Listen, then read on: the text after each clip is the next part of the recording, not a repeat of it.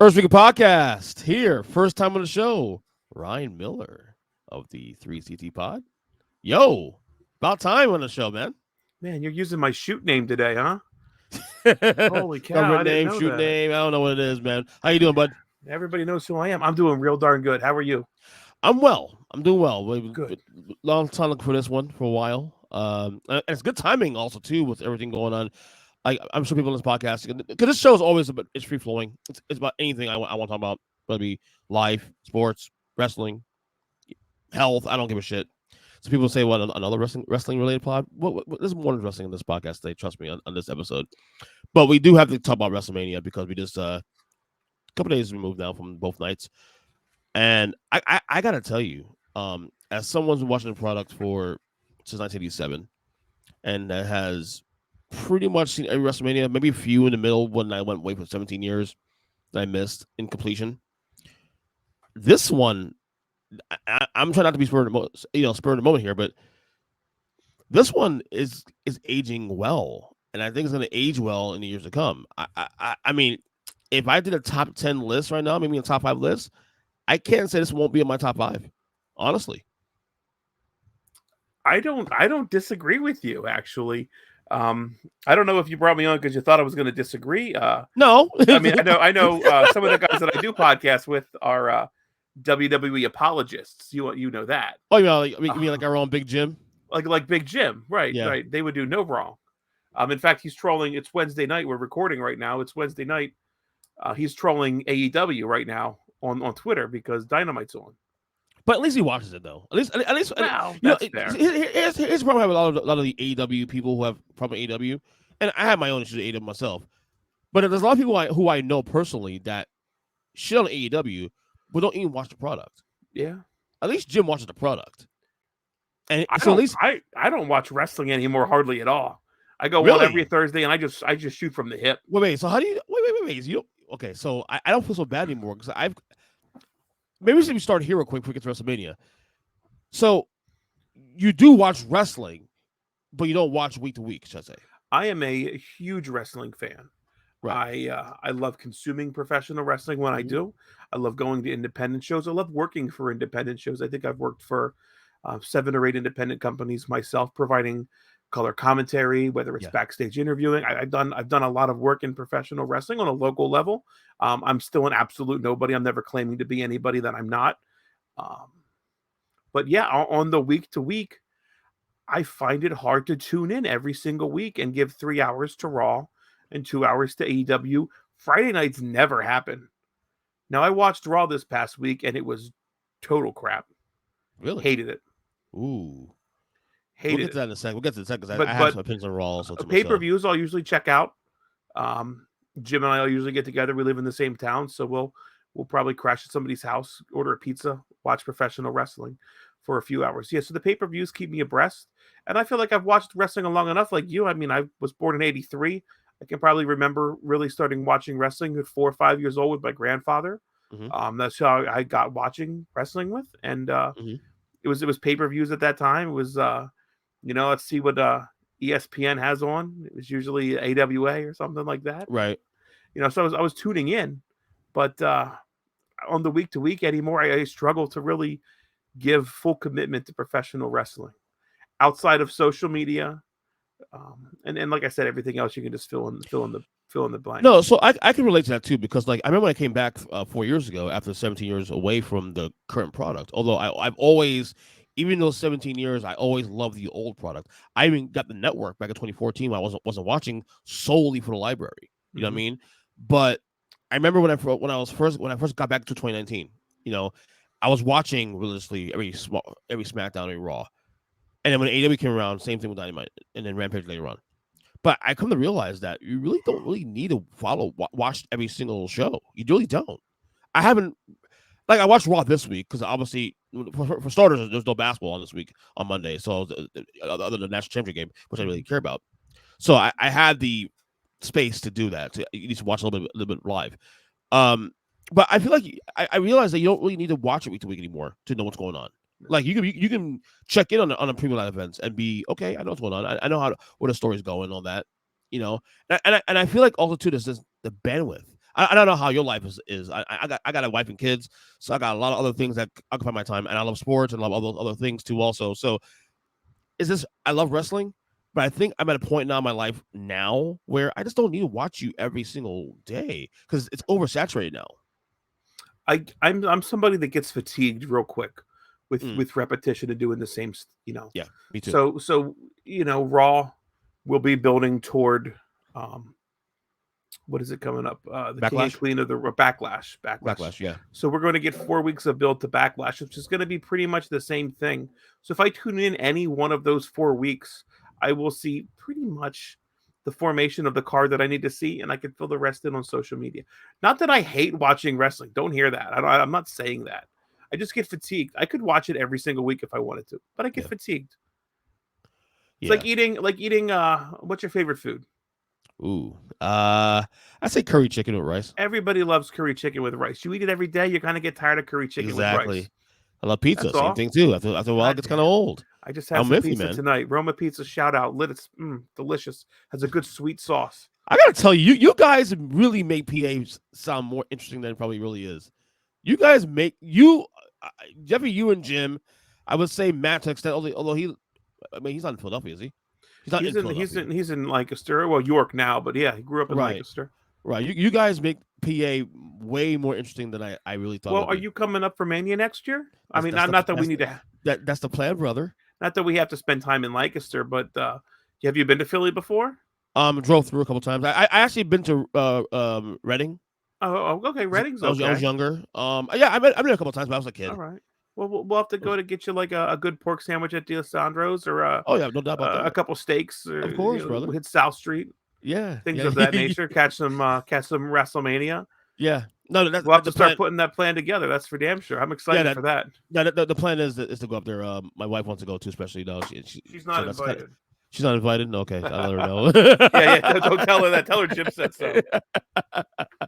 No, no, but no, but with the wrestling thing, like seriously, I totally relate to that. Like I can, and I think YouTube actually has been a great thing also. So you can, okay, what's going on? Let's go on YouTube, and you have like 3 minute clips, and Right. there it is. It gives you synopsis of what's going on.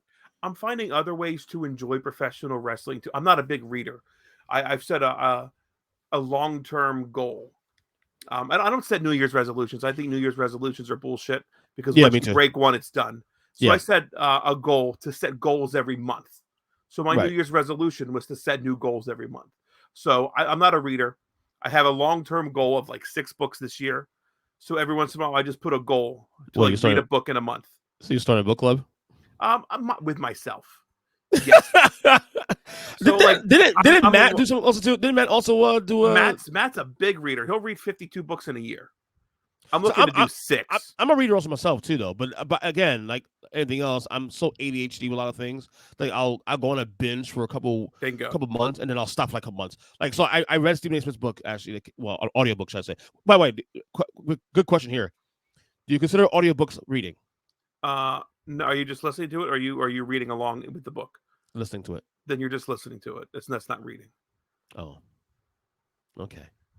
You So might, that, so, do you consider is it another form of reading though? Like are you're your still listeners of the podcast, are they reading your podcast? No, because they're just no, listening. I agree. They're No, I just agree. listening. But I mean, if that's how you read. That's how you read. That's fine. but I'm not dogging on anybody doing that. so you got Jim Ross's new book? So like I got the Jim Ross book. I've had it for a little bit. I don't know when this one came out. Under the Black Hat. I think it's a couple of years. That's about 2-3 years at least. But that's how I'm enjoying professional wrestling now, is through different outlets. This was 2020, so 3 years. Yeah, there you go. So like I'm tuning in when I can, when I want to, more than anything.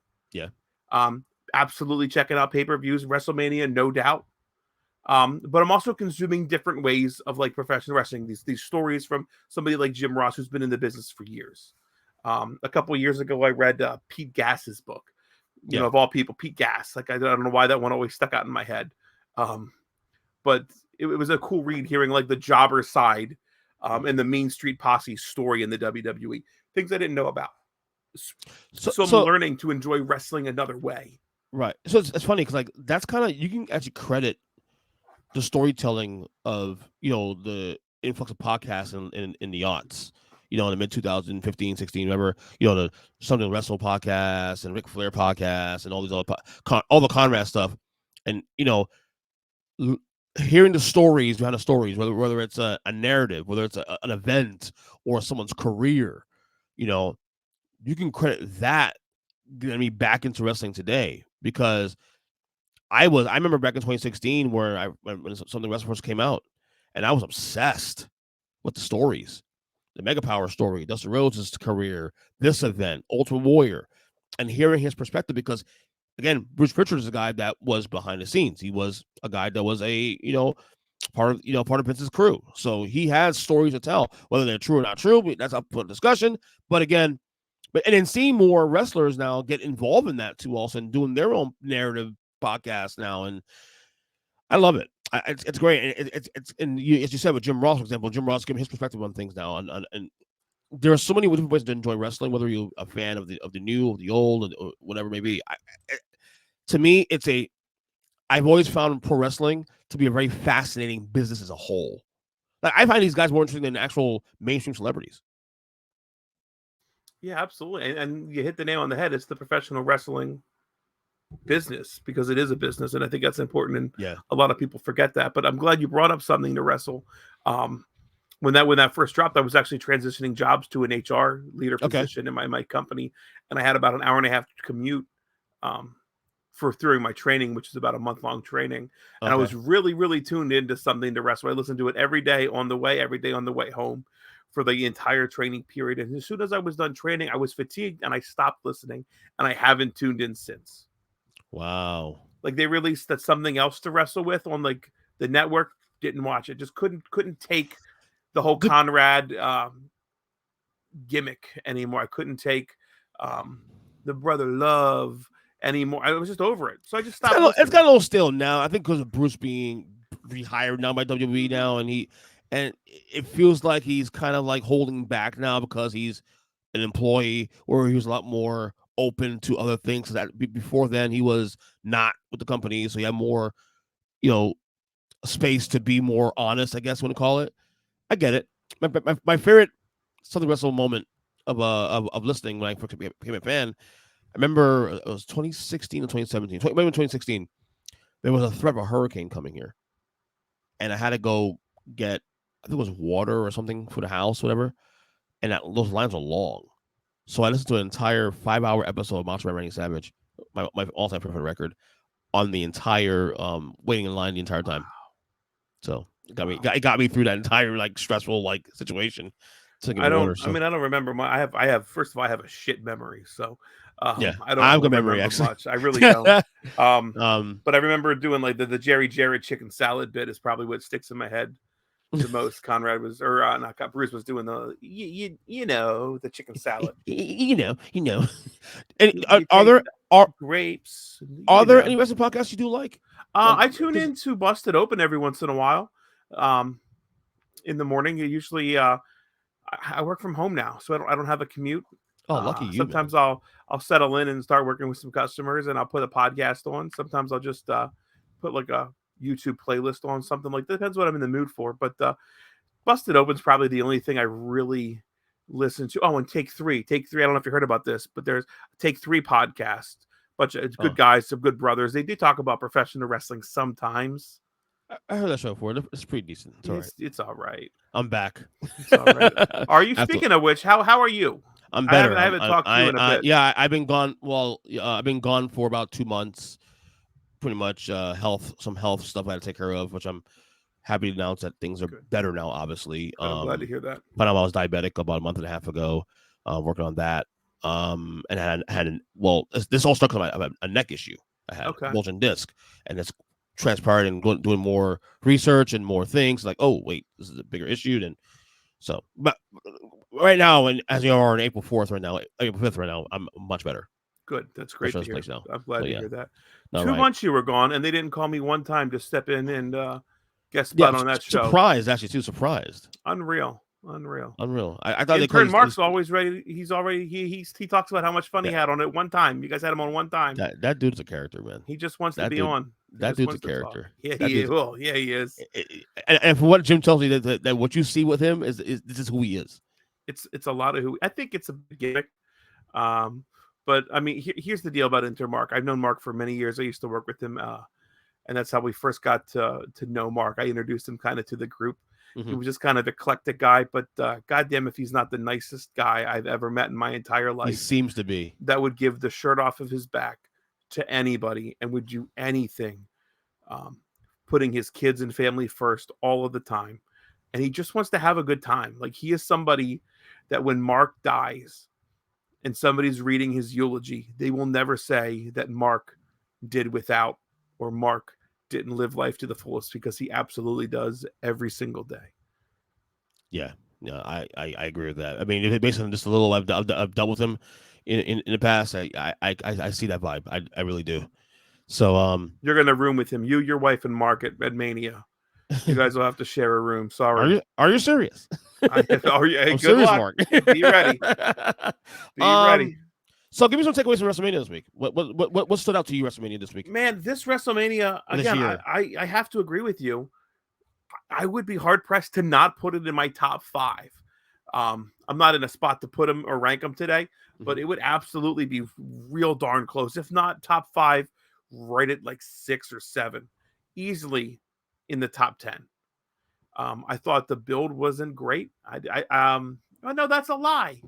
See, as soon as I say something, I think it really was. The bloodline stuff was gold. It's still Ray and gold. Dom is gold. You know what? Real family drama sells. It will always hook me. Always has and always will. If going away from this WrestleMania, I can count 4 match of the year candidates that I put on my list Hmm. for like the 3 count Thursday end of the year match of the year list. We to our 5 bleh, our top 5 matches of the year. I put 4 from WrestleMania alone on I that have at least list. three. I have at least three. At least three. Um, the main Charlotte Rhea, I want to go back and watch. I put it on my list. In the moment, I wasn't really into it. I felt like the crowd was dead for the first half of that match, and then really came alive at the end. The tag team match was almost perfect. I loved everything about it. Um, Last year, all of us put the FTR versus Briscoes match, one of their 3 matches, on our top 2 or 3 lists. Mm. We held them in very high regard. I feel like this year, this match is going to be that caliber match. So it's crazy to see tag team wrestling kind of creeping up on some of these lists. Yeah. I put Gunther, Sheamus, and Drew McIntyre on the list. I thought that was a hard hitting, hell of a fun Intercontinental Championship match. Um, I think the sky is going to be the limit for Gunther. I really do. The WWE has to be seeing dollar signs with Are him. you a little shocked that he got the win there? Because I thought what my prediction was is that he'll lose the title because he'll be elevated to the title picture because of the world title picture rather because we heard Roman's gonna probably go away for some point within the next couple months. So you get the belt of Gunther, give it to Sheamus or whoever or Drew, and then elevate, you know, Gunther. Are you surprised that they actually want Gunther to win? I'm not. No, I'm not. I think there's still legs on Gunther as IC champion. I think you can go back and look last year. Roman Reigns went away for about a month and a half last year after Mania, and nobody missed a beat. You can tell the story of the bloodline without Roman Reigns there. You have Heyman, who's a great storyteller, and then you can let the story really unfold with the Usos losing their championship and Solo Sikoa, and like you can tell that story, and Roman can have his days off, which is well earned, Yeah. by the way. The guy has earned some time off. But yeah, I don't think you need to. Who's left? You can just run that story. I'm Roman Reigns. Who do I have left? Acknowledge me. I'm going to take some time off. When you guys can find a competitor, Let me know. call Call me me. up. Right. That's simple. and, I, And if people will shit all over it, they'll boo all over it. But he's a heel. You're supposed to. yeah, and Gunther, for the record, like he's the first guy probably since I've been watching the last 4 years that's actually made the IC title matter again. Yeah. Yeah. That's the thing. I've seen that title come and go between guys like Braun Strowman and Shinsuke Nakamura and good guys, Mm-hmm. but it feels like it matters for the first time in years with Gunther on his waist. So I was actually pleasantly surprised he won the match. because it means they care about both the title and elevating this guy, and maybe him having that title elevates it. I think it does elevate it. I think a lot of times the championship makes the wrestler. Sometimes the wrestler elevates and makes the championship. I think Gunther is benefiting from being the champion, but I think he's elevating the championship as well. Um, to a really good spot. And then the main event, I can't I mean, speak highly enough of the main event. 7 stars, 8 stars, how many ever stars you want to give it. Cody versus Roman Reigns was an absolute home run. I love the finish. I love the ending. I loved everything about it. You were not going to hear one bit of criticism from Ryan. And I understand people can be upset. They can be upset that the Usos and Solo got involved. They can be all upset about that. But what has the story always been about? Family. Family's going to have families back. And the end of it, Cody didn't have anybody. Yep. It's that simple. No. So when Rumble happened in January, I was 99% sure Cody was going to win that match, and then every week leading to WrestleMania, that number dropped. It's like, this is way too easy for Roman just to lose. I mean, to me, my thing was, okay, so Roman, I can see Cody winning it, and I see it might make sense for him to win it, but then what? Like with Roman, like it felt too simple. It felt too simple and too obvious, and you know how it is in WWE. That obvious isn't always the way to go. That's correct. And that's why I was that's why I was surprised. People were surprised by that. I was shocked at how the outrage that Cody Rhodes didn't win, because the story with Cody was winning the championship, and then what? So Cody wins, and then what? He finally got what that he couldn't win.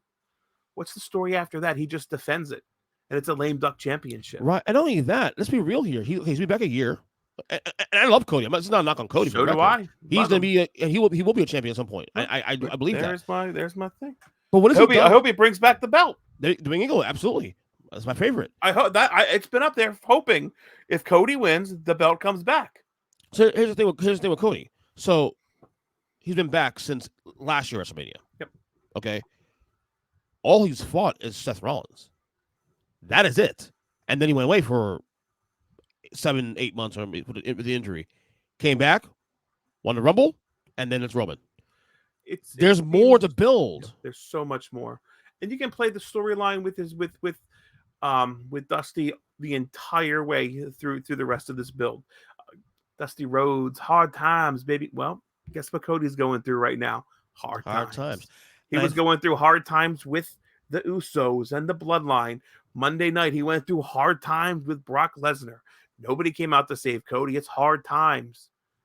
He's going through the adversity right now that's going to make that championship so much better. Whether it's not going to be Backlash, it's not going to be King and Queen of the Ring. I don't know if it's going to be SummerSlam. Nope. I think next year it could be next year at Mania. We could be talking Cody Rhodes, Roman Reigns, WrestleMania 40. What you saw on Raw on Monday, I think, after everything played out at WrestleMania with Roman winning the title, keeping the title rather, is that with Cody, there's money in the chase, number one. Now, throw guys at Cody that matter. Brock Lesnar, you know damn well matters. Because he will get to Brock Lesnar at some point. He will get to Brock Lesnar, then he'll throw somebody else at him at some point. And then, which is why Omos didn't beat Brock Lesnar. Because if Omos beats Brock Lesnar doesn't mean as much. Right. When Cody knocks off Brock Lesnar. Right, exactly. Bingo. Makes sense now. And it all makes sense now, a day later. Yep. Look, say you want about Vince, we heard Vince did the rewrites and stuff, whatever. But it makes sense right now based on the story. And like I said, I've my guys Mike and Joe were at Mania again for like 11th year in a row, minus the 2021. And Joe was texting us during the whole thing after the end of the match, and they actually did a reaction podcast on night 2 after, and Joe made the most sense more than anybody else I've heard post Mania. He is now at a point where he's a wrestling fan, like a casual fan again, and to the point where he's now surrendering himself to the story. Let the story write itself. Let it play out. So yeah, let it play out. Stop analyzing the story. Let's let it play out. I'm there. Right. I'm just letting the story come to me. Let's clear the air. Vince McMahon is probably a piece of shit. and probably shouldn't be involved with the creative process No. of the WWE. Probably. It's not my place to say that though. And then the news that came out, it makes sense why he's still there. And then they had the interview where they want him part of the process going forward. Whatever. Not my company, not a shareholder. I don't have a freaking say in it. If I Right. don't like it enough and I'm that offended to it, turn it off. Yeah, exactly. Just tune away. You got a lot of other content out there you can watch. Trust me, a lot of other wrestling content you can watch. You have Right. choices. Stop bitching about it. Right. I agree, 100%. It's that simple, man. Well, so, like I said, the takeaway for me, obviously, this Mania is gonna hold it well. I think the last 3 Manias, honestly, is top 10 material. I think the WWE right now is on a heater with Manias. Looking at last year, with Steve Austin, of course. So I have all my I have the WrestleMania collection DVD over here. I was just looking over to see the color scheme and to realize which one they were. Yeah. So you have the last 3. I think you have Roman, stacking Daniel Bryan, Yep. and Edge. Last year he beats Brock. And then I think all 3 of those cards are stacked cards. And as someone again who's watched every WrestleMania pretty much, for 30 something, almost 40 years now, this is one thing they get right. The WWE has gotten WrestleMania correct, and going 2 nights also, especially too, genius, smart. I didn't like it at first. I'm I didn't coming either. around on it. I was at 35. I thought 35 was great. It was long. I think you can look up through 35 and realize 4 of the last 5 were actually really good WrestleManias. Mm-hmm. With the outlier being the pandemic mania, and it's going to look awkward. It's always going to feel really weird to go back and rewatch that, but put yourself in those shoes 3 years ago when we just wanted something to take our mind off of the hell that was the world at that moment. Yeah. And the WWE delivered something very special. May not have been great, but very special. It was, and actually, in hindsight, not that bad either. No, It was pretty good, actually. I think you had the best way to write off the Undertaker with the Boneyard match. Yeah. The WWE's creative stroke was just on point for that WrestleMania, and Yeah. thank them for doing something that can make us just be a fan, if only for a little while, and kind of forget about the world outside just melting down around us. Right. Couple of surprises for me at Mania. Not surprised Bianca won. I thought maybe they turn her heel this week, this year at Mania. But once I saw her come out with the dance quartet, it's like not tonight. Not happening tonight. That ain't happening tonight. Nope. Not happening tonight. No. I say, well, never mind. And I mean, there's still meat in the bone with Bianca. I do think at some point they got to turn her heel. Mm-hmm. Because it is getting a little stale now. I say as someone who loves Bianca Belair, but it is getting a little stale. What else that stood out? I mean, like I said, the triple threat match you said with Gunther was fantastic. Theory over Cena. What'd you think? On our podcast, we got ourselves worked up that John Cena was going to win, and then on Sunday have an open challenge because there was only 6 announced matches, Right. and Saturday had 7. So that John Cena open challenge match was going to be number 7, and then that's where we would get like a surprise Braun Breaker or a returning somebody. And so we hyped ourselves up thinking, oh, or John Cena wins on Saturday and then has an open challenge on Monday, where you're more prone to get like call ups and debuts, and maybe Jay White or somebody comes out and makes an answer. So we hyped up this whole situation where Cena has to win to lead into a debut of somebody, and Austin Theory going over John Cena is a hell of an accomplishment for A-Town Down, man. And it was done perfectly too. Like he can't beat Cena clean because it was just fine. Yeah, it's gotta be a little dirty, which is fine, and I had a problem with it. Speaking of dirty, I need to shout out to and I don't know, maybe probably doesn't listen to the show, but I don't know, Bully Ray on Busted Open, talking about that main event, had the perfect question to anybody doubting the main event and saying like the main event shit on Cody Rhodes. His question was, how do you think Dusty would have booked the end of that match? Probably the same way. Probably the same exact way. Yep. No, you're right. And it's a perfect question. And I've not heard anybody defend that and say, well, Dusty would have had Cody go, because Dusty wouldn't have. Dusty's like, man, there's so much meat on this bone. The story's just getting started. And Cody knows that too. And Cody's smart to Cody the knows that. business. Cody Yeah. knows his time will come. Cody will be a WWE champion. This is Absolutely. if you think about it, this is kind of like Rock Cena. Like if you didn't believe that these guys will meet again at WrestleMania next year, which by the way, this match is a WrestleMania match. I mean, obviously the chemistry of these two guys are off the charts, so that it works. We know that. So good. And you keep them away from each other for next year until WrestleMania next year. Remember Rock Cena 2 years in a row. Rock won the first one, and then Cena won the second one. They Roman literally just told won. us it was once in a lifetime, and then Yeah. ran it back the next year, and Yeah. nobody gave a shit. They were like, thanks. Yeah. We can do it again. Yeah. And like I said, I think looking in hindsight, you throw a Brock to Cody. Cody gets through that. You can get a couple months out of that, which is cool because I love Brock Lesnar, and we got Brock around. Normally Brock takes his break around this time. He'll be hanging around for a little bit now. Yep. You throw another Seth Rollins match in the future for Cody. Maybe returning Randy Orton. Yeah, exactly. Yep. So you're bringing these guys in, building up Cody again, building up, breaking down, bringing up again, and to next year. And who knows? Hard times for Cody to face. And who knows where the bloodline by next year, Royal Rumble going into Mania, where are we able to bloodline? Are they fractured? Or there's more to tell. Yep, it's so good. I'm just saying, let the story play out. Yeah, that's all you got to do. Play. That's where I'm at as a fan right now. Is that I am now surrender myself to the story. Just tell me what the story you want to tell me. That's all you got to do.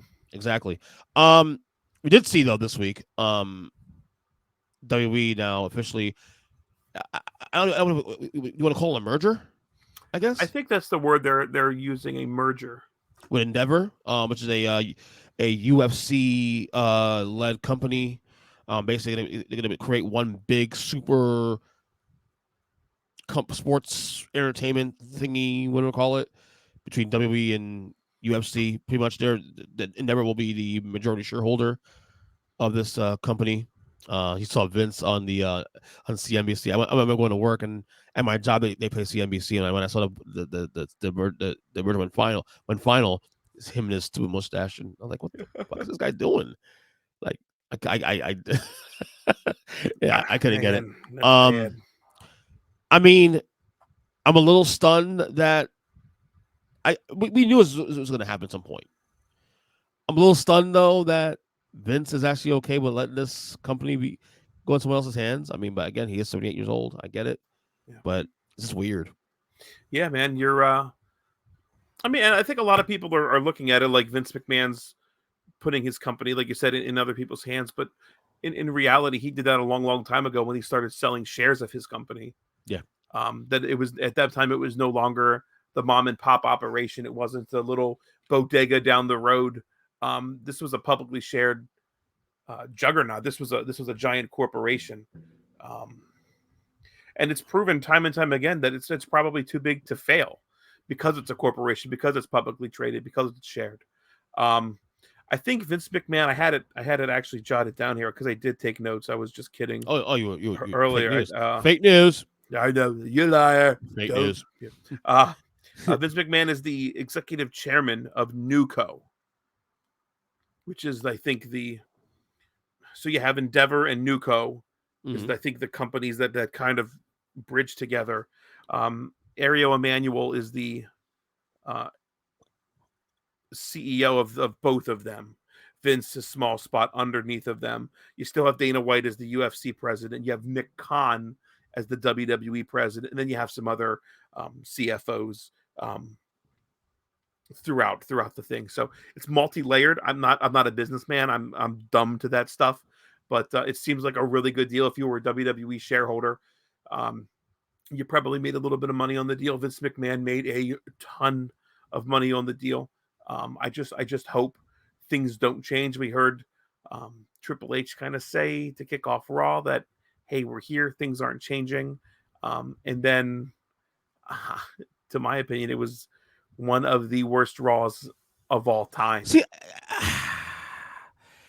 I got pushed back from people saying, when I said that was, I thought it was a great Raw, a good Raw, should I say?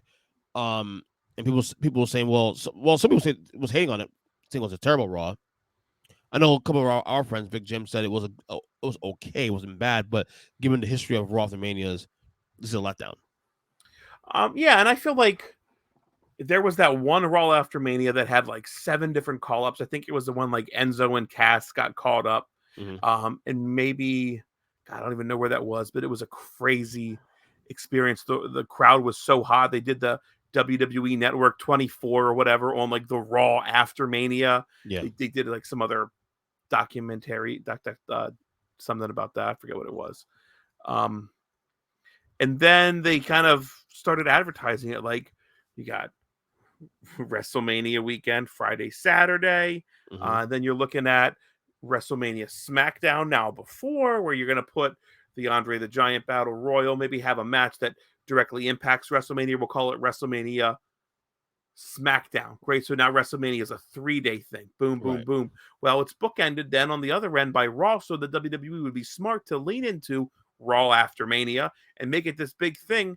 When in reality, it was just a Raw, and it actually has been for 2 or 3 years. I Yeah, don't recall the last 2 or 3 Raw after Manias being anything special. And I have always felt a little meh coming out of the last 3 Raw after Manias. right. This one was dog shit.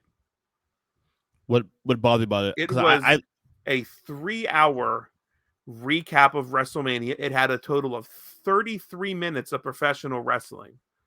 okay. So And the surprise was a returning Riddle.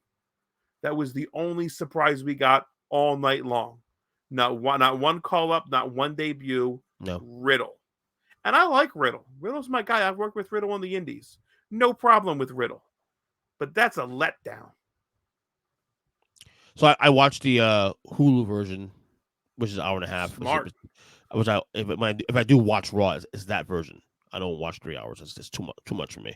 And that also Or pisses me YouTube. off because I carved time out to watch the whole damn show, which I rarely do. Right. And here I am, like, oh And my you're, god, and is you're this reminded why you don't over? do that. And you're reminded why you don't do that. That's 3 hours you can't get back. I mean, obviously Brock turning heel was the highlight, Sure. which it was a great moment. I loved it. I think Brock heel better. I like Brock as a heel better as a face personally, even I though do he's fun too. as a face. He's a great face. He's a blast. He's fun, But Brock Lesnar should be an ass kicker. right? And And I that's saw that on heel Brock Lesnar, right? yeah. Um, And the story that comes, if you just had a stupid blow off tag team match, what's the story out of that? You don't get yeah. anything. Now the story continues with Roman Reigns. They walked away. They didn't want any part of this. Mm-hmm. And now Cody has his first adversary in his hard times journey to get back to the match he needs to get back to. It's so It writes good. itself. Where do you stand on the whole like Vince and creative and everybody being worried now that he's involved again? That's the rumors now. He's back involved. I don't think this Raw has anything to do with that. If Vince has been part of creative, Vince has been part of creative for a couple of weeks now, I feel, since he's kind of come back. Mm-hmm. We'll see. I do think Vince is a bit out of touch with some things. I don't know, man. I feel like the WWE hit a really good stride for the last 6, 7, 8 months. It would be a shame to see them flounder now a little bit. I mean, I don't think there's any competition. I think they were absolutely dominating Dynamite and AEW. Yeah. The numbers have proven it. And again, it's WrestleMania season. They should be putting on really good shows and giving people reason to tune in. But to lay that big of an egg immediately after Raw, I think it was the lowest rated Raw on Cage Match ever. And I don't know how many people are going to Cage Match to rate WWE shows. I'm on Cage Match a lot for commentary. I pull a lot of information. I can look at a lot of independent wrestlers like stats and things of that nature. So I use Cage Match a lot. The Raw after Mania, I think, had an average of like 0.88 out of 10. Like not even like a 1% favorable. It was rough. Yeah, I do, I do, 0.88 is the total rating.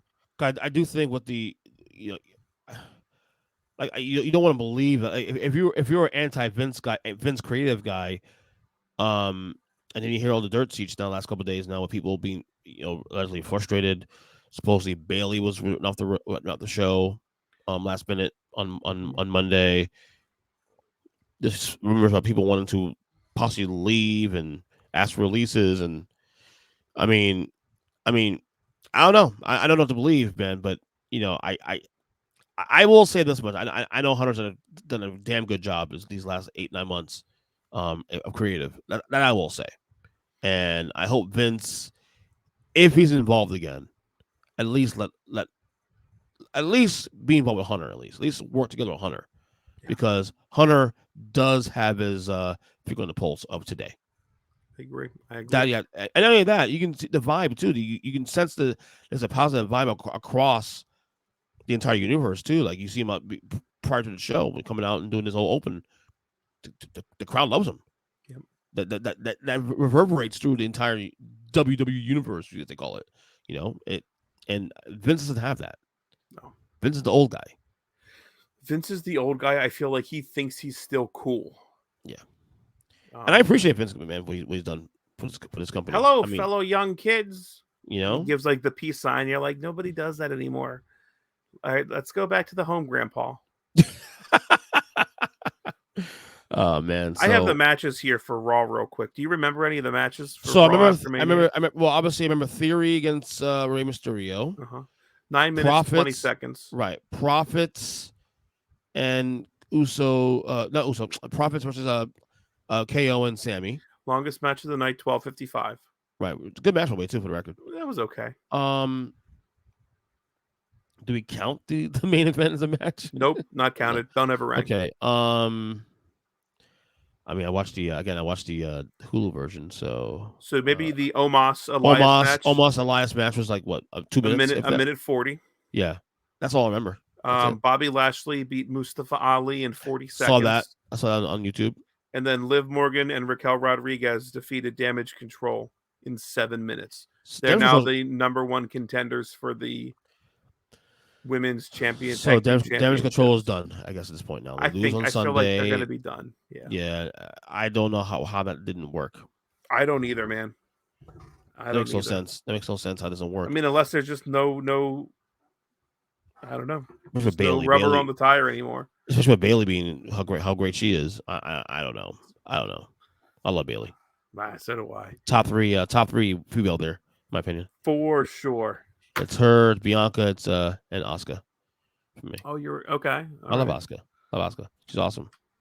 So, all right, let's change pace here a little bit. We do like to talk politics. I know you have I won't say a fetish, not a fetish, but you do have a thing with politics on social media. I do. Yeah. You don't talk about it much on shows, but this is the time, you have the platform here to do it though. However, it's exciting. So a certain someone's back in the news again, and he's been indicted. Yeah. Donald Trump, 34 counts of indictment. Is it 34? New York, 34. Yeah, that's a lot. 34. I don't know what podcast it was I listened to. Maybe it was a social media where you said something where you used to be a Republican at one point. Yeah. And then you've changed, I guess. Or I feel like you missed a really good segue there. Okay, go. We're talking about Raquel Rodriguez having a really, really good Monday, being the number one contender, then having a really, really bad Tuesday. When her boy Donald Trump got indicted on 34 counts. She's a MAGA girl. Yeah, I believe so. Yeah. Whatever it is with it. I got friends of Trump people. I've got friends that have family that are Trumpers as well. Yeah. And that's why I don't talk politics on Facebook, because that's where all my family are. So you won't see me post a damn thing about politics on my Facebook page anymore. I hate that shit though. Like I feel like I should be able to say what I want to say, and that's it. You don't like it? Well, tough shit. I do. That's why I do it on Twitter, media. I don't even want to deal with family barking up my tree about their beliefs. So I don't care. I know what their beliefs are, and I don't care to engage with family about politics. That's why I keep it off. How do you think I feel? I'm in the middle. So I'm actually, I'm obviously not a Trump guy, but I'm also pretty critical of Democrats too. and I get accused by my left leaning fan members of being I'm also a former Republican, being a guy that's, oh, well, you like Trump, you're like, no, why does that be either or, right? Can it be critical thinking and leave it at that? That's the problem, though. Nobody wants to think. No, I want to Everybody talk wants to just to bark out and be heard. those hot takes, those key words, those those moments of social media looking for clout Yeah. because it's the cool thing to do, whether you're Yep. on the right or the left. Hmm.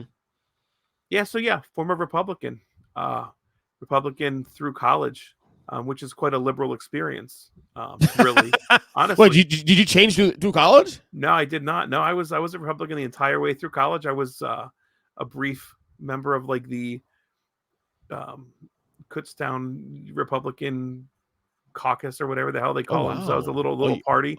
You one of Um, those? Okay. it was during the Bush, was it the re-election campaign? So it would have been 2002, 2004. 2003, Yeah, 2000, so 2004. 2003, 2004, Yeah. where we actually canvassed the town of Kutztown. I was knocking on doors and talking to the town people. You got your list of registered Republicans, and you're going to door, and you're like, hey, can George Bush trust you with your vote coming up this week? I mean, I was doing calls. I was like making phone calls and phone banks. Wow. I was pretty active. I saw him speak twice on campaign stops in the Lancaster Airport and Hershey, Pennsylvania. But so yeah, I was in there, man. I really was. I voted for him in '04 re-election. I didn't vote for him in 2000. I voted for so like with me, I voted for John McCain in the primaries, Okay. and then when he lost, I voted for Al Gore in the general. Um, and then I went with Bush in '04 mainly because at that time too. Also, I thought it was actually the smart move at the time to stay the course what we were doing at the time. Obviously, in Yeah, I hindsight, agree. I regret it in hindsight Yeah. how things played out those Hmm. next couple of years with Iraq and with the WMDs and all that. I mean, Yep. obviously we know all how all that played out. But at the time, I was 24 years old at the time, and I was still pretty young and naive, and Yeah. and especially but a lot of my conservative background growing up was more so in church, Hmm. growing up in church, and obviously I've gotten older. That's all been shredded away now. I'm not a liberal and liberal progressive bastard, but I do have views on each side depending Sure. on what the views are. But Yeah, man. I grew up in Lancaster, Pennsylvania. How fucking red do you think this area can be? is that red? Because Pretty it's red. redder. Yeah, yeah, it's Wow. as red as you think it's going to be. I mean, it is the spot in Pennsylvania where you have blue Philadelphia and blue Pittsburgh, and that big old chunk of red in the middle. The Lancaster County's right in there. It's funny Um, because prior to 2016, no Democrat had won a presidential election in that state since 1988. yeah, it was. I mean, it was very right leaning. Obviously, the northern areas is less populated. Um, the whole top area is pretty red. Um, but Lancaster, I think, is changing a lot. And I feel like myself, coming out of college, um, kind of starting to figure out who you are a little bit more. You're 24, 25. Hmm. Um, your parents' politics and your grandparents' politics, what you grew up with, doesn't have to represent you. Yep, Um, I totally relate to that. kind of becoming aware of that. I believe I voted McCain the first year. That's when Obama would have won. Yeah. The second term, I voted for Obama. Hmm. Who was running? Was that Romney. McCain Romney. or Romney? Right? Didn't love Romney. So went Obama, because again, I thought it was smart to just kind of stay the course of Right. what Obama has got us to. Let's keep going. Right. And then 2016. Donald Trump happened, and I feel like I was center, maybe left of center, but I could still see where the Republicans were on the right. Does that make sense? No, it makes more And sense. then Donald Trump came, and I feel like that line moved far away. Where like you have the center, you have the liberals, and you have the conservatives, and then all of a sudden the conservatives slipped even further away from center, and I started to not really recognize, especially like the MAGA Republican, Right. beyond like the Donald Trump bullshit with the bullying and the or whatever he does on, like, beyond all that stupid Donald Trump shit, at the core, I felt like they slid much further to the right. And that pushed me further left. So I see what you're saying. I totally agree with you. A lot of those Republicans, though, too, especially that weren't necessarily Trump people. I will say in 2016 and leading up in years past that, they felt trapped. I think they felt trapped I because think so. here's this guy that is saying the things I want to hear. He's signing on the policies I agree with, but he's an abhorrent human being. I had conversations with people who I grew up with, Republicans, evangelical Republicans who are probably more on the Mike Pence trip. You know what I mean? That Yeah. said that they felt trapped, like they don't like the guy, but he signs off on everything they believe in, Yeah. and that's why they vote for him. And I get it. I get it. I'm not gonna judge him for it, but I get it. You know, and I don't know. Like to me, it's not enough for me to okay, because he just owns the libs. That doesn't fly by me anymore. I mean, 2016, I can understand that because it was fresh, it was new. Yeah. I'll admit 2016, 2015, when he first announced his running, I was intrigued by it. I was just intrigued by the whole I idea of was him running. very intrigued too. What are we going to get? Yeah, Donald Trump is a brash human being. because We knew that going in. Is he going to really say what he wants to say? He's going to just tweet whatever he wants to. And right. sure enough, he did.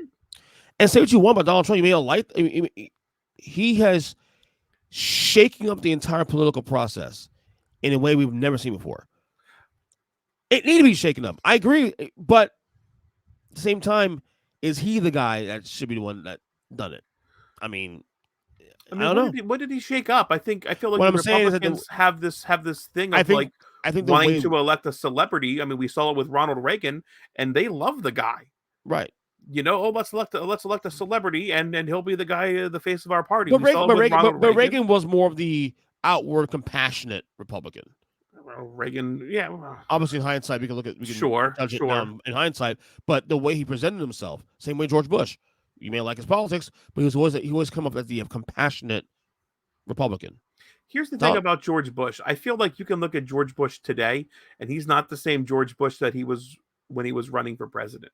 I feel like even George Bush has probably slipped a little bit to the left of where he was standing when he originally was running for president and during his tenure. Well, I I think feel what like is George Bush probably lands a little closer to the centerists than anybody would actually want to admit. well, this is it though. Like George Bush and the Clintons are not really, if you really break it down, they're not that far off. They're really not. They're really not that different. Like this is the big thing about the way we look at politics. Like everything, especially people who are now into the process now in recent years that don't know much about the history of this thing. And so, as I've been saying for the last year or so, and even 2 years, there's a real alignment going on right now in the way we look at politics. Like that's why I hate the two party system. You feel strangled by this either or. If we had a more open system like they do in Europe, for example, you can fracture the Democratic Party into like 5 or 6 different parties easily. Republicans probably three ways. You know what I'm saying? So a lot of folks they look at, oh, you're blue, you're a libtard, no matter what, but don't understand how policy wise there's a lot of divide in the Democratic Party between the progressives and then like some of the more elites. But all they see is blue and you're libtard. Well, therefore you're this and that, and we're going to own you. And to me, that doesn't fly. And I think Republicans that's their way winning elections now, because if you debate policy, they're not going to win anything. This is why they have these fucking culture wars now, these drag queen things and all this transgender stuff.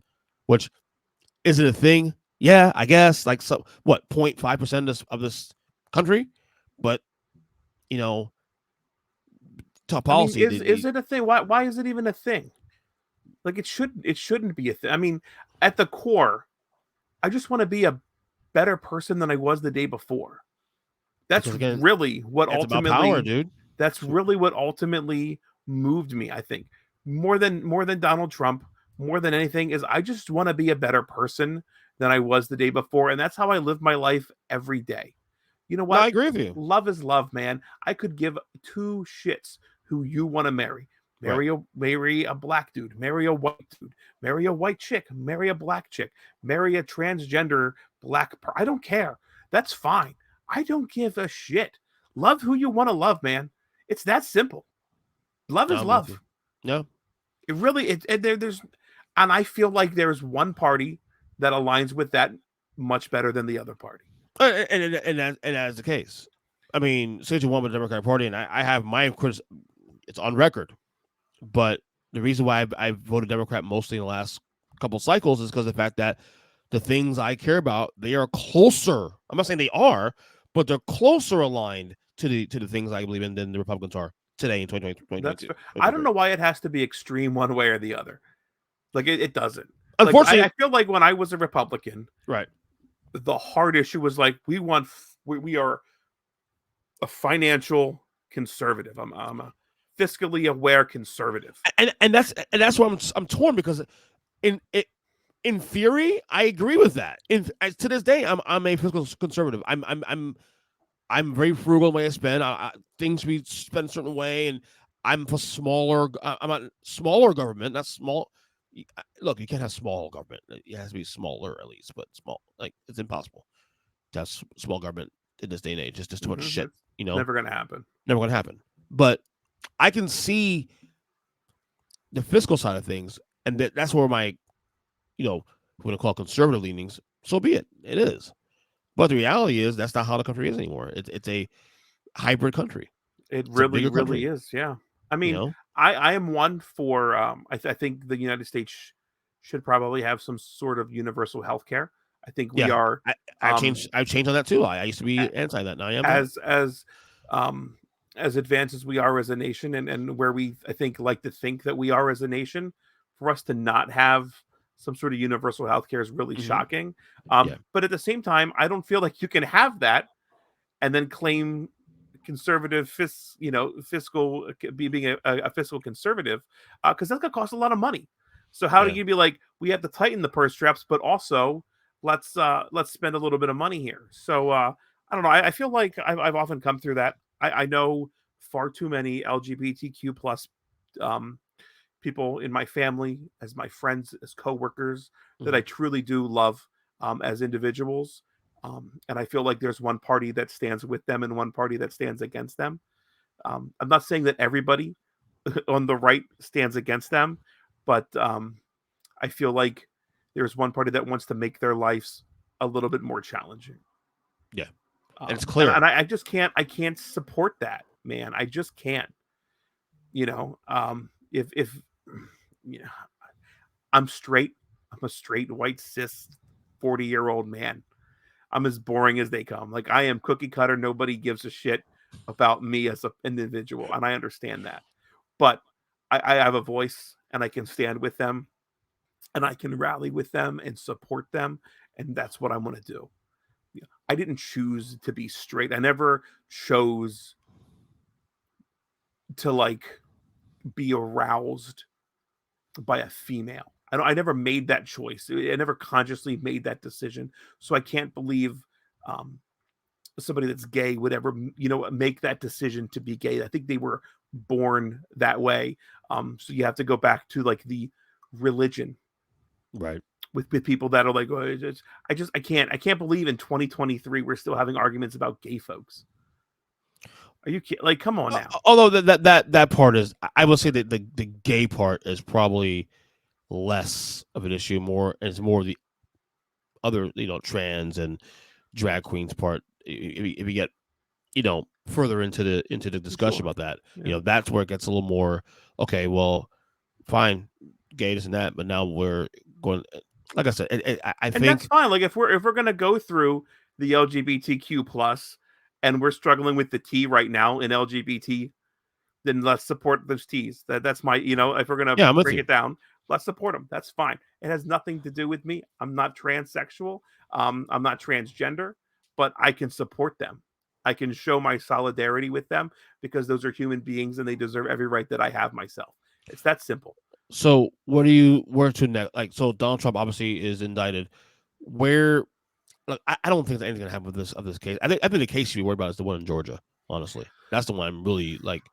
And they're saying that might be indicted by the end of this month. Yeah, what is it? 34 counts in New 34 York. of this one, yeah, New York, right? And that's it. Um, I don't know. Donald Trump's going to do what he can to make himself look innocent, to make himself look like it's a non-issue. I think it's going to be tough to prove his intent.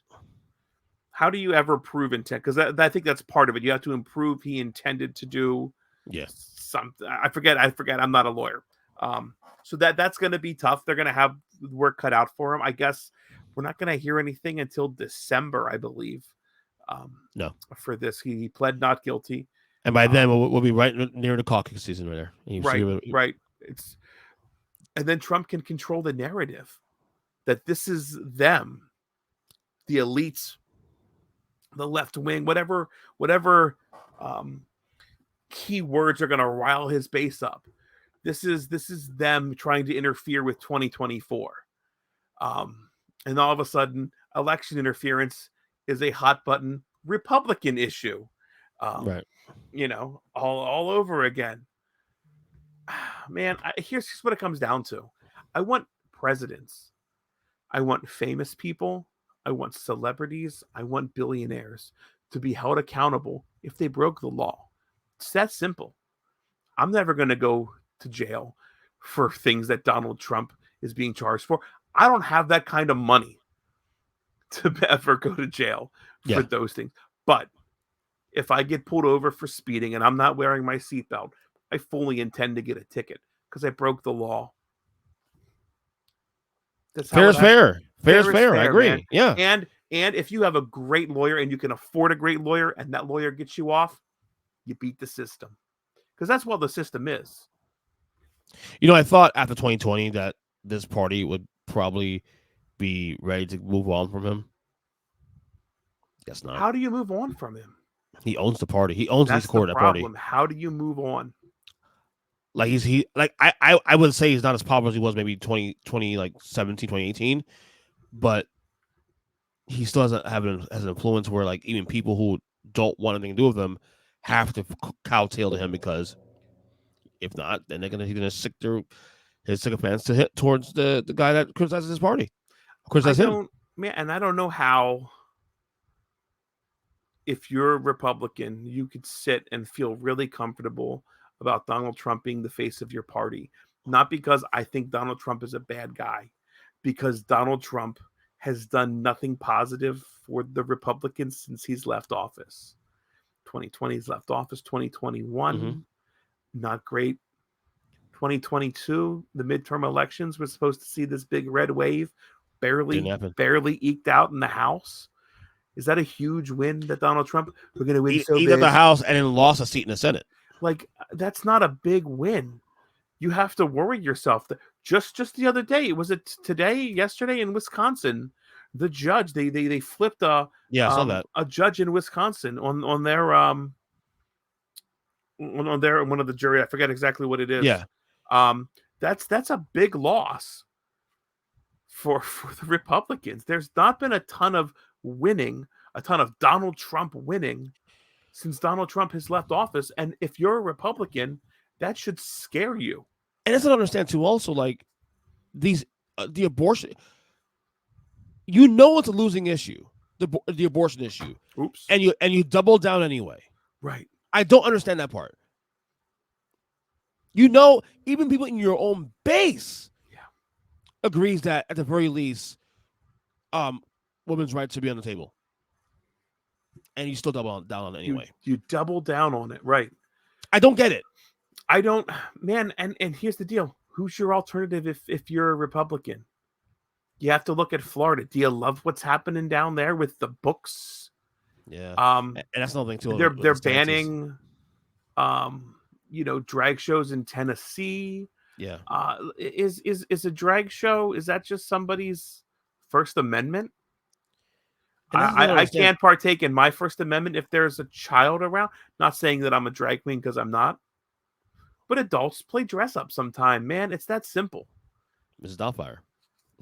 There's a great example. But I can't wait till that gets canceled. What is I'm saying too? Also, like, Mrs. so Doubtfire. I'm in Florida, for example, and this I don't understand the win here for DeSantis here. Like he won an election by almost 20 points, this past November, and instead of sticking to policy, you now want to double down on these issues that, and especially if you want to run for president, these issues are going to hurt you in a general election. I don't understand what the play here is. Why do you feel the need to double down these culture war issues? Because you can't win on policy. Because you can't. That's exactly what it is. Democrats have. What Democrats love or hate them. You may disagree with the policies. That's fine.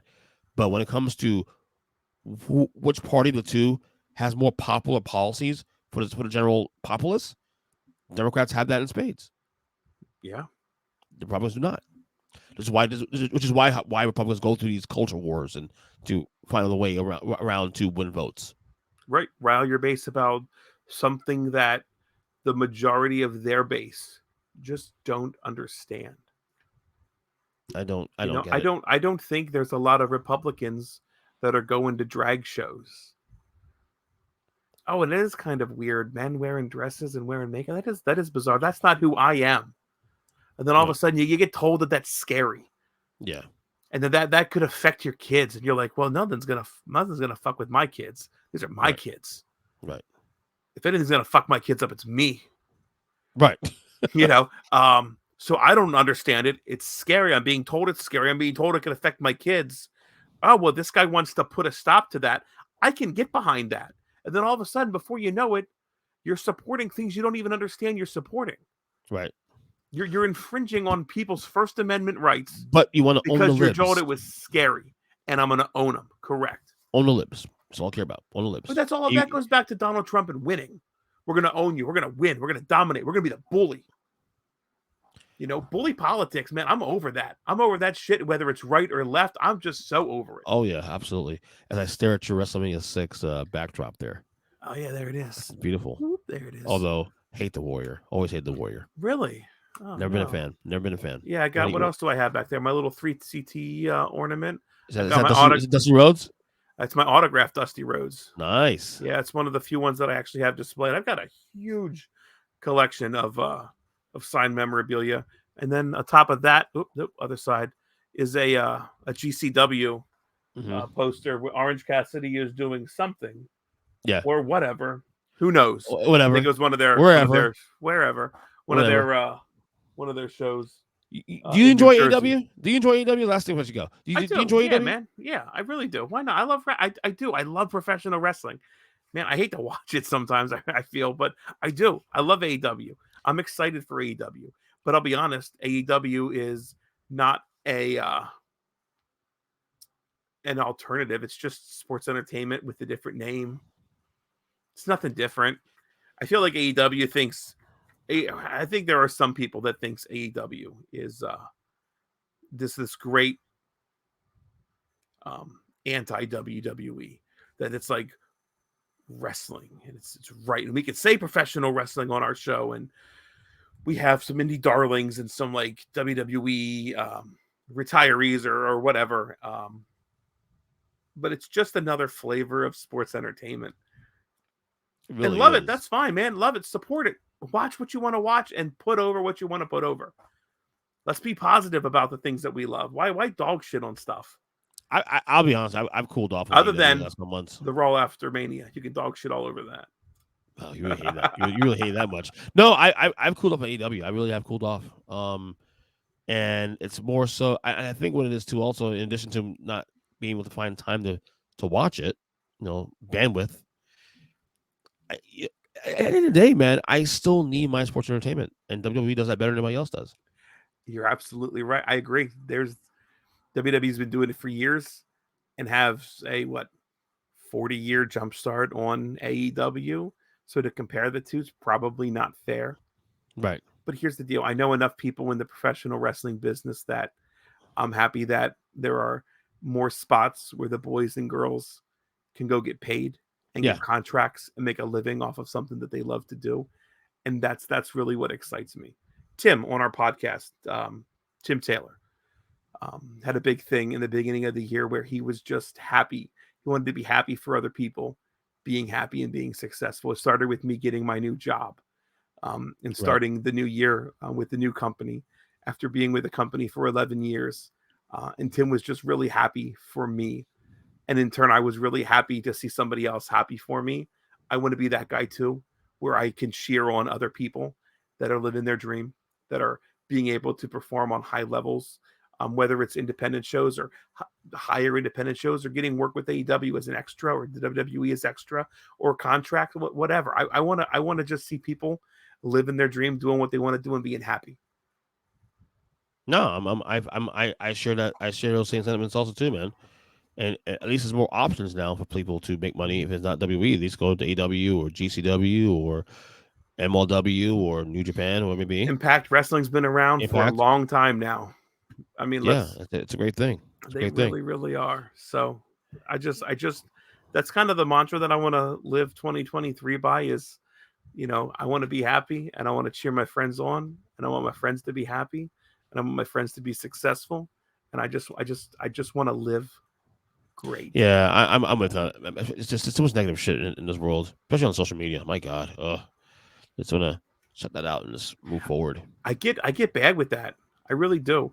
With what? Sometimes with social media, that's where I get politically, um, That's okay though. my political tweets, and I feel like I need to vent them out. But I'm not going to stew over it. Like some things do piss me off. Marjorie Taylor Greene, man, she can rile my feathers She's a with a character. simple tweet, and I'm off to the races. But as soon as I'm done, and maybe I should just ignore her. Maybe I should just live great and be like, block. What I find funny about it, about all this with her, is that she what did she actually do policy wise? What has she done? Couldn't tell you, man. Not only that, but her approval rating is like 29%. Is it That's all. really? Yeah, Well, then I I that's I don't get it. the I mean, she Dems she didn't turn out the vote. Then well, she runs a pretty very red district, oh, so okay, okay. but even then, the races were closer than it probably should have been. Oh, So okay. I didn't know that. Okay. but how much is what's her ceiling?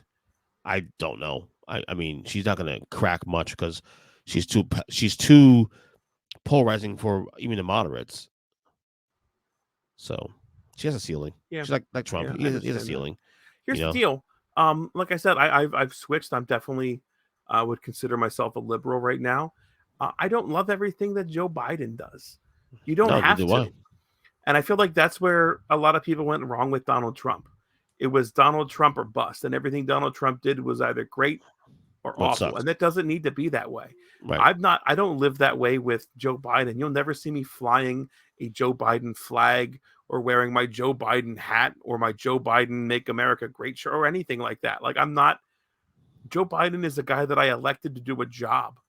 He's Yeah. not my best friend. I'm not putting him over. I'd much rather wear my buddy's wrestling tee than a politic a political figures tee. Like that's not who man. It's just a dude you elected to do That's a the weird job. part too. Like it's like Why are you idolizing him? they He's treat just Trump a like guy. he's not Justin Bieber, dude. He's not Justin Bieber. Like stop.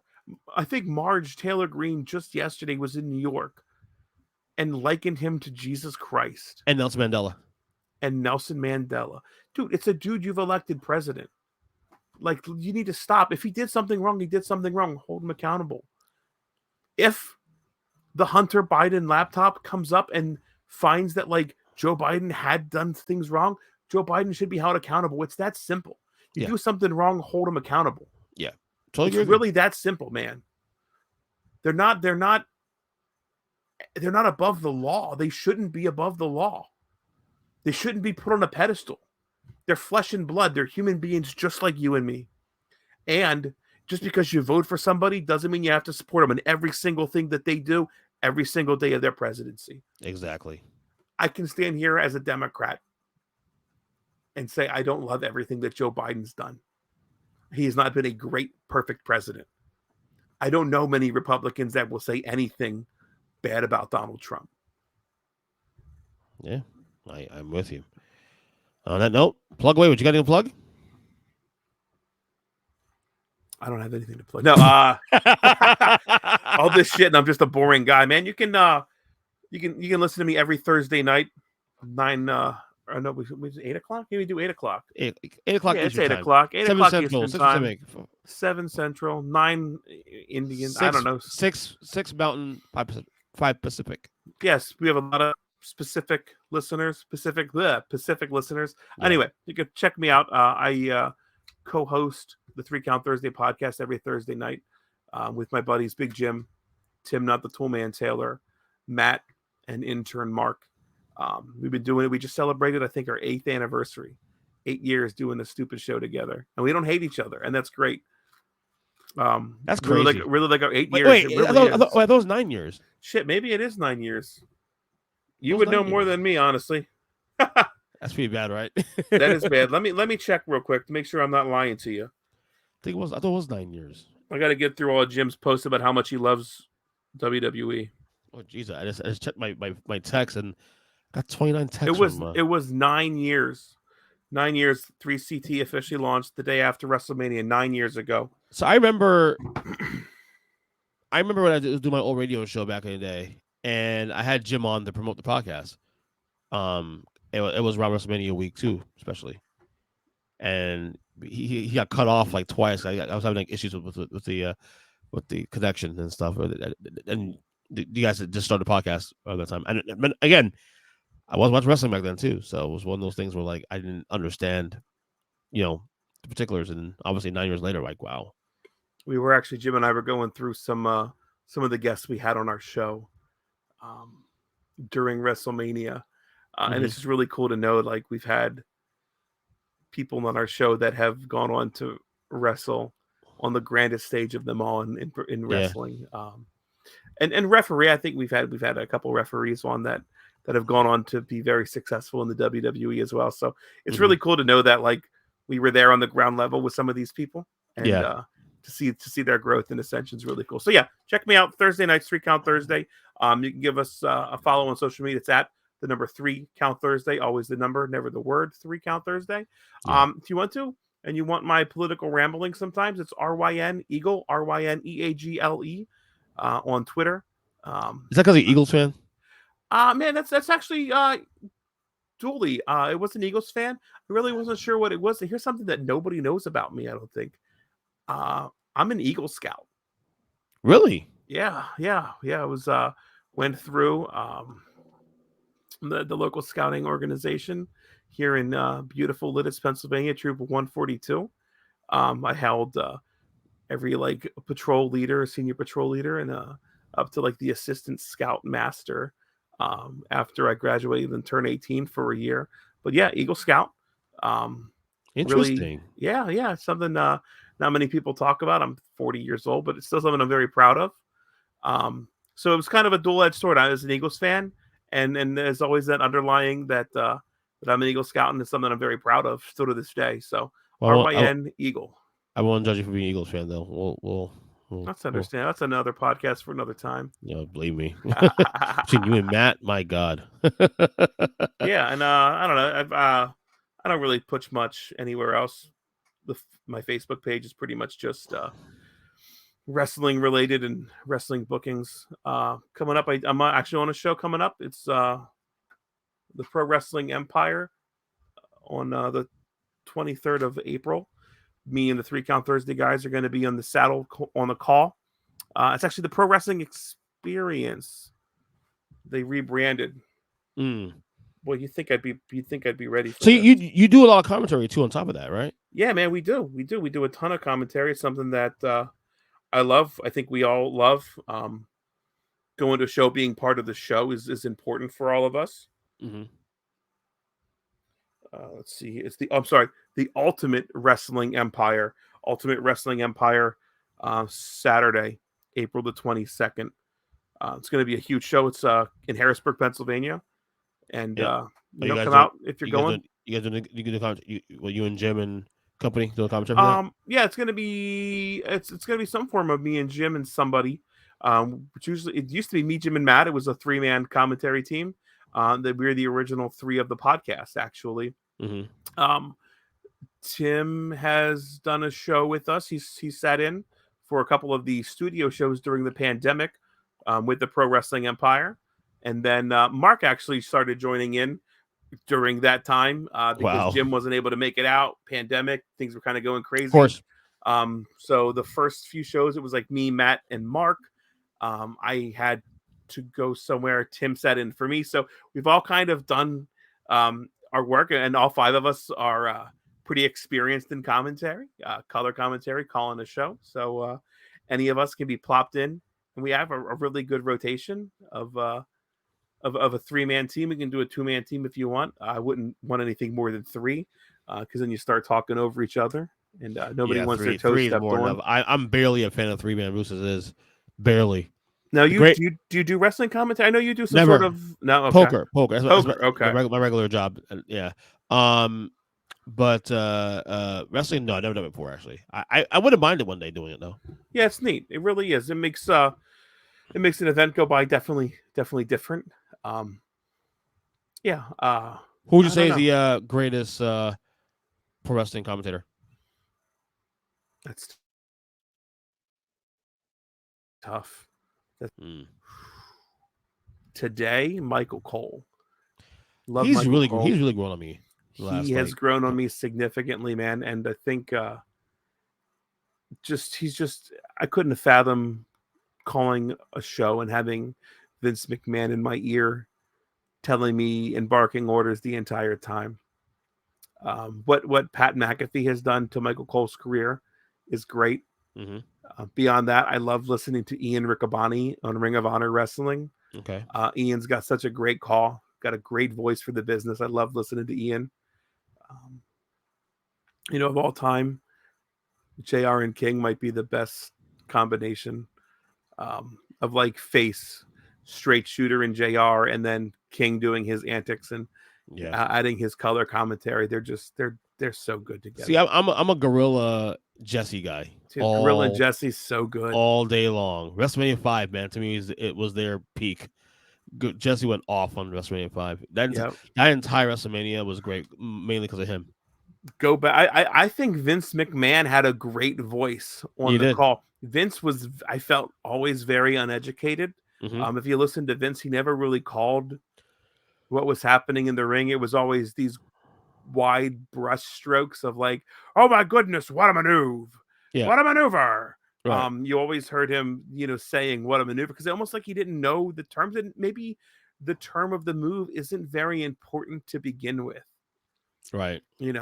If you're saying what a maneuver, wow, that's quite a maneuver. He's right. That was visually stunning. I actually like Vince and Jesse, to be honest with you. Vince and Jesse was a great team. That's another podcast. Yeah, because Vince and Jesse was shit on him all day long. All day long. Because Vince was a Jesse Hogan. was too smart for the business, I think. Jesse was amazing though. Jesse's Smart my man.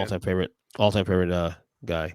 Great job, Ryan. Thanks, man. I can't wait to see all my followers just shoot through the roof from all of your listeners. Again, it's RYNEAGLE on Twitter. Good job, man.